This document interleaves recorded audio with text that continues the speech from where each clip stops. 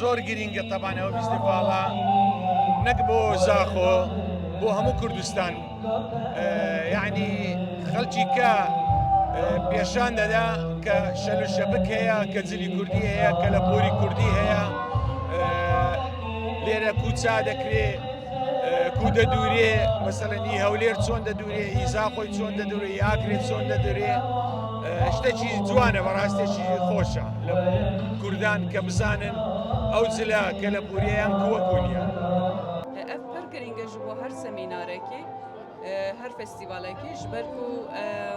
pêwîstiya me piratê li zanist û zaniyarî li bara cilûbergên Kurdî ji ber ku ev tişt tune ye em mesela em hemû yê 100 salê dawî li kultûra xwe û cilûbergê xwe zaniyarî me heye lê pêştir li ya zêdetir em nizanin wek bûye sebeb ku mesela cilûbergên mihabatê ku îro li min e bi awayekî îro bi awayekî din e lê tişta ku li dîrokê hatiye tişta ku wata dîrokê nîşan dide ev cilûbergê mihabatê ne ji bo wê jî semînarên wiha ku hat rêxistinê me pir kêfxweş kir û her wiha pêşwaziya xelkê dihokê û her wiha mêvanperveriya xelkê dihokê